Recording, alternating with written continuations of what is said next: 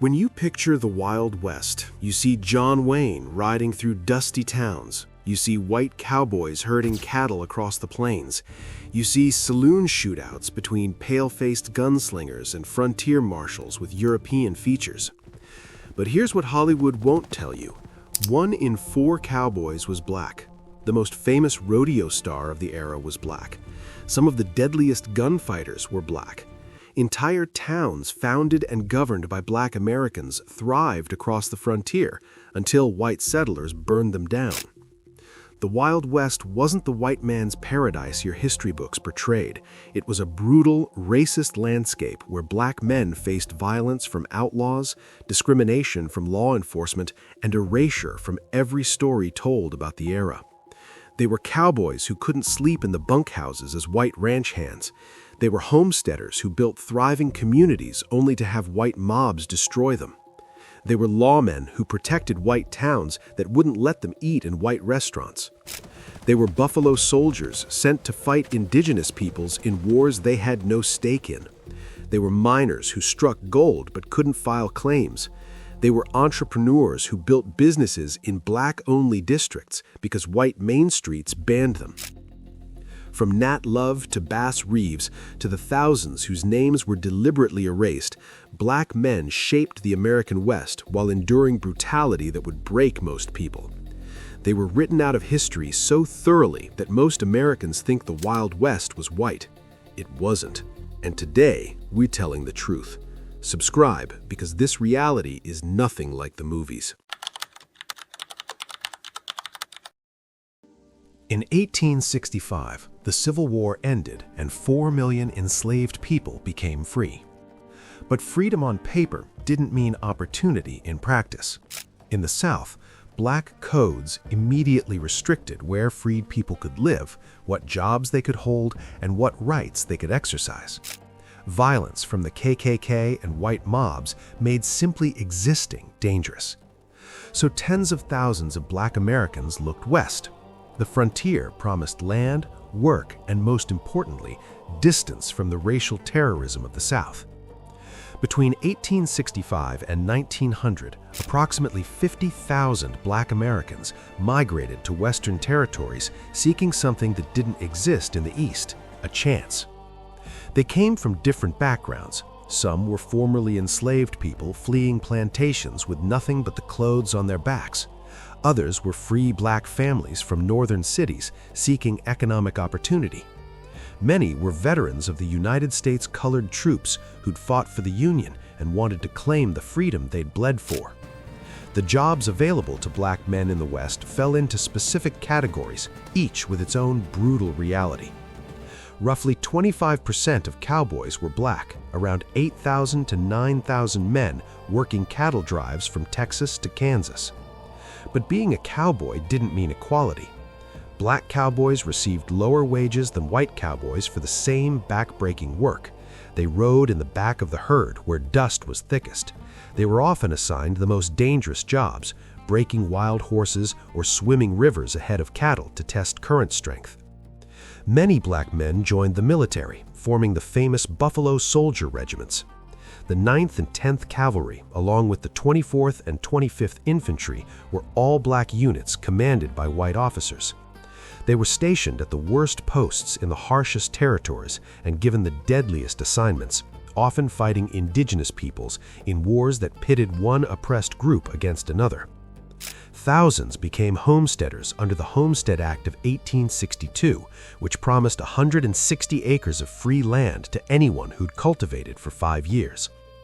Black families claimed land in Kansas, Oklahoma, and Nebraska, building farms from scratch. But the act had a brutal catch: surviving 5 years on hostile land with minimal resources while facing harassment from white neighbors who didn't want black homesteaders succeeding. Others worked as miners in Colorado and California, railroad laborers building the Transcontinental Railroad, buffalo hunters supplying hides for eastern markets, freighters hauling goods across dangerous routes, barbers serving white and black customers in segregated shops, and lawmen, though these positions were rare and came with unique dangers. Every occupation came with the same underlying reality. You could work alongside white men, but you couldn't live as their equal. You could save a white man's life on a cattle drive and still be barred from eating at his table. You could protect a white town as a deputy, but couldn't court a white woman without risking lynching. You could homestead land legally, but watch white settlers steal it with forged documents while law enforcement looked the other way. The West wasn't escape from racism. It was racism in a different landscape, equally brutal, just more spread out.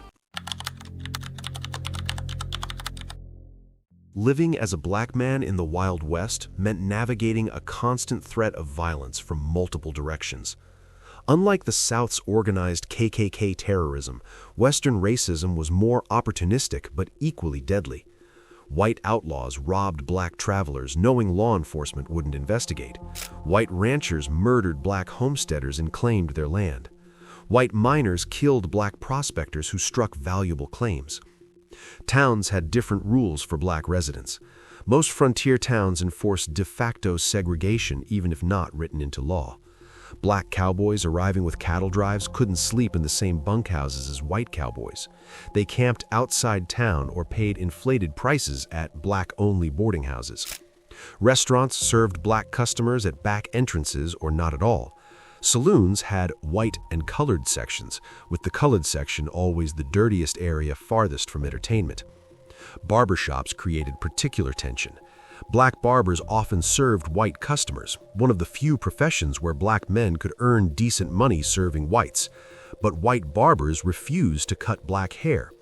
This created a bizarre economy where black men could touch white men's faces with razors but couldn't sit in white waiting rooms. The legal system offered zero protection. When white men assaulted black men, law enforcement rarely investigated. When black men defended themselves, they faced immediate arrest or lynching. Trials were jokes. All white juries automatically sided with white defendants. Black men learned that survival meant avoiding confrontation even when right, swallowing dignity to stay breathing. Housing segregation was brutal. Most towns had explicit sundown policies where black people had to leave town by sunset or face violence. Signs declared NWGR, "Don't let the sun set on you here," at town borders. Black families could live on the outskirts, but not within town limits. This meant no access to town wells during droughts, no protection from outlaws at night, and no quick escape from prairie fires. Banking and business transactions came with extraordinary obstacles. Most banks wouldn't give black men loans regardless of collateral. When black entrepreneurs started businesses, white competitors sometimes burned them down. Black homesteaders who legally filed claims often found white settlers had filed duplicate claims using forged documents, and judges sided with white claimants. Education was segregated where it existed at all. Black children attended separate schools with shorter terms, fewer supplies, and less qualified teachers, if schools existed. Many black children on homesteads received no formal education, working the land from dawn to dusk just to help families survive. Medical care was similarly segregated and inferior. White doctors often refused to treat black patients. Black communities relied on midwives, folk medicine, and prayer. When epidemics struck, black neighborhoods received help last, if at all. Even death didn't bring equality. Black people were buried in segregated cemeteries, usually in the worst land available, swampy ground, rocky soil, or areas prone to flooding. White undertakers charged black families more for cheaper caskets. The daily grind of Western racism was exhausting. Every transaction, every interaction, every moment in public space required calculating risk.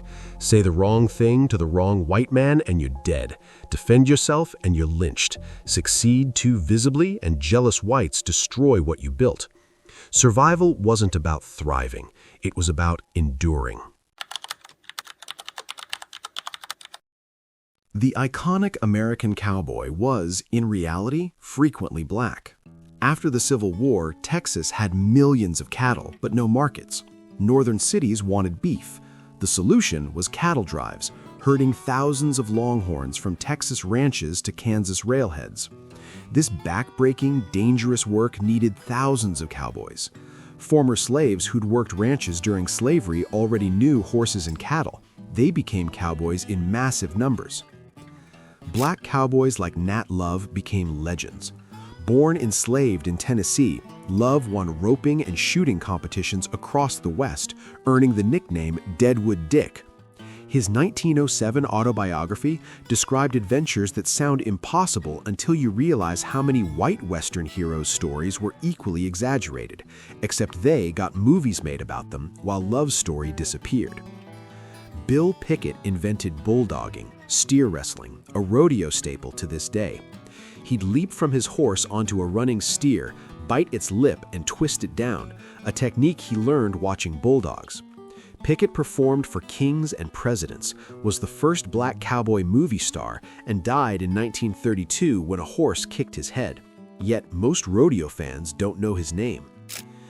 The daily reality for black cowboys was brutal. On cattle drives lasting months, black cowboys earned $25 to $30 monthly, while white cowboys earned $30 to $40 for identical work. Black cowboys handled the most dangerous tasks. Riding point to guide the herd required expert horsemanship, but exposed riders to stampedes. Swimming rivers ahead of cattle to test currents risked drowning. Breaking wild horses meant getting thrown and trampled. Sleeping arrangements revealed the racial hierarchy. White cowboys bunked together. Black cowboys slept separately, often without shelter. Meals were served segregated. Black cowboys ate after white cowboys, sometimes getting leftovers. On trails through dangerous territory, black cowboys often pulled night watch shifts more frequently, the hours when raids by outlaws or conflicts with indigenous groups were most likely. Ranch life wasn't better. Most ranches paid black cowboys less and promoted them never. A black cowboy could work decades and never become foreman regardless of skill. Some ranches wouldn't hire black cowboys at all. Others hired them exclusively for the dirtiest work, castrating bulls, cleaning stables, branding in the hottest weather. Black cowboys faced violence from multiple sources. White cowboys sometimes attacked black cowboys over perceived slights. Town sheriffs harassed black cowboys during trail drives' end-of-drive celebrations. Some towns banned black armed men, forcing black cowboys to surrender weapons while white cowboys kept theirs. Despite this, black cowboys built reputations for extraordinary skill. They were known as the best bronc busters because they got the wildest horses. They became expert ropers because practice was their only entertainment during long nights excluded from white cowboys' card games. They learned every inch of cattle behavior because their survival depended on reading herds perfectly. Many black cowboys saved money to buy land and start ranches.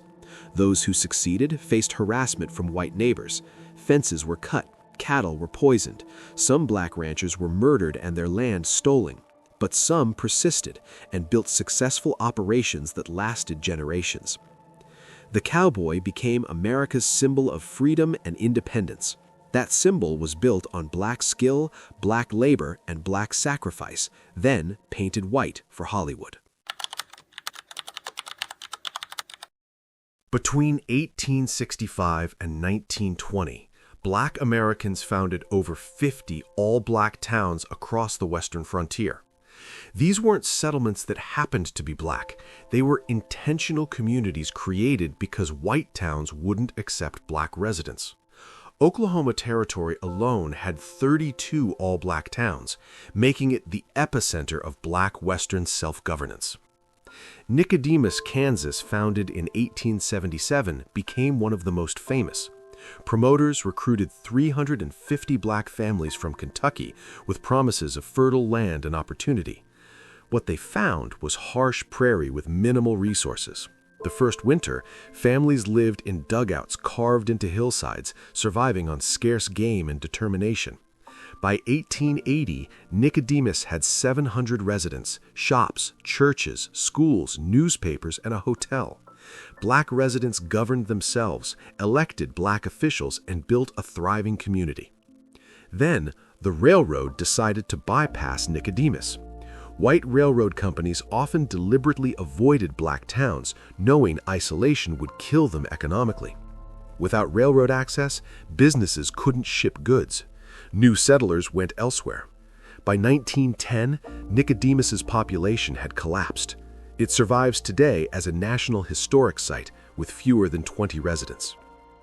Boley, Oklahoma, founded in 1903, took a different approach.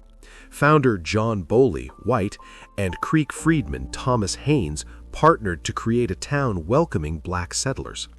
By 1911, Boley had 4,000 residents, making it one of the largest black towns in America. It had banks, hotels, newspapers, cotton gins, schools, and even an opera house. Booker T. Washington visited and called it the most enterprising black town he'd seen. But success attracted white violence. In 1923, white mobs destroyed Rosewood, Florida, an all-black town, murdering residents and burning it completely. The Tulsa Race Massacre of 1921 saw white mobs massacre hundreds in Greenwood's Black Wall Street, burning 35 city blocks of black wealth. This pattern repeated across the West. Black communities thrived, white jealousy grew, white violence destroyed.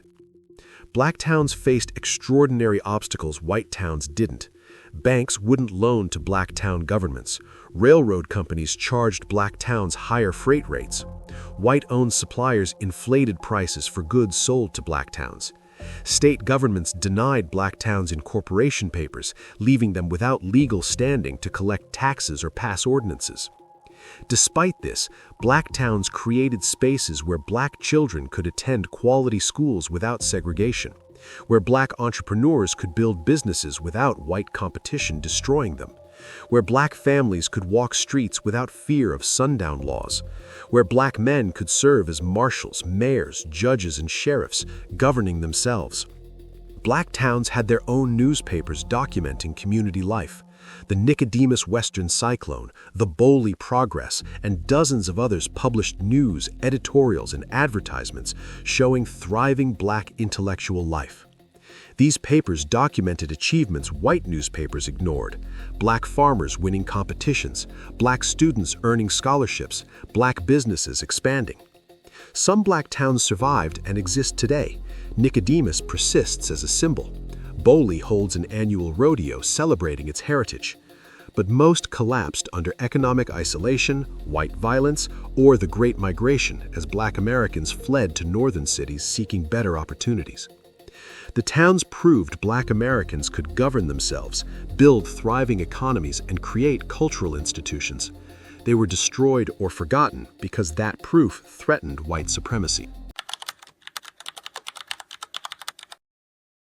Bass Reeves stands as the most successful lawman in Wild West history, arresting over 3,000 criminals, killing 14 outlaws in self-defense, serving 32 years as a U.S. Marshal without being wounded once. He was born enslaved in Arkansas, escaped during the Civil War, lived with indigenous tribes learning tracking and languages, then became a deputy marshal when Oklahoma Indian Territory needed lawmen. Reeves was 6'2", fluent in multiple native languages, an expert marksman with both hands, and clever enough to use disguises to capture criminals who'd never suspect a black marshal. He once arrested his own son for murder, refusing to let family ties corrupt justice.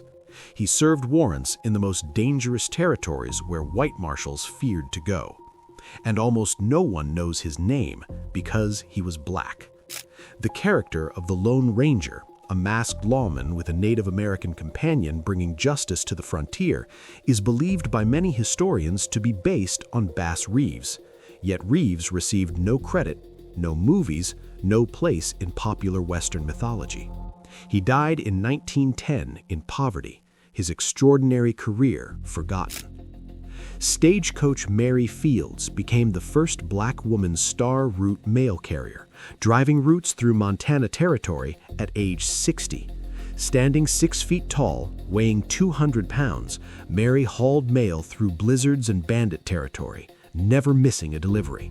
She shot her gun to scare away wolves, drank and brawled in saloons, and refused to let anyone, white or black, man or woman, push her around.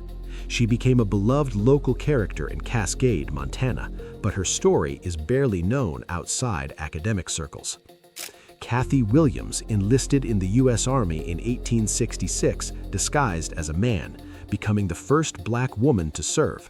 Using the name William Kathy, she served 2 years in the 38th Infantry before illness revealed her identity and she was discharged. She spent the rest of her life trying to get veterans' benefits and pension the Army denied her. Cherokee Bill Crawford Goldsby, though an outlaw, became infamous across Indian Territory in the 1890s. Mixed race, black, Cherokee, white, he killed 8 men before his 1896 hanging at age 20. Despite his notoriety during life, his story disappeared from Western outlaw mythology, while white outlaws like Billy the Kid became legends. Black lawmen faced unique dangers. They couldn't arrest white men without risking retaliation. White communities resented black authority. Other black people sometimes saw black lawmen as traitors serving white supremacist systems. Black marshals and sheriffs walked a tightrope, enforced laws white authorities made while protecting black communities those same authorities oppressed. Many became lawmen because it offered rare opportunities, federal pay, authority, and respect in black communities. Some genuinely believed in justice. Others just needed work that paid better than cowboying. The erasure of these figures from Western mythology wasn't accidental. Hollywood deliberately whitewashed the West. White audiences wouldn't accept black heroes, so Bass Reeves became the Lone Ranger. Black cowboys disappeared from cattle drive movies. All black towns disappeared from frontier narratives. The Wild West was diverse, brutal, and complex. Hollywood made it white, simple, and false. The Wild West wasn't white. That's a lie Hollywood sold and America bought. 1 in 4 cowboys was black. The deadliest lawman was black. The inventor of bulldogging was black. Entire towns were founded, governed, and built by black Americans before white violence destroyed them. These weren't exceptions or anomalies. Black men were integral to the American frontier.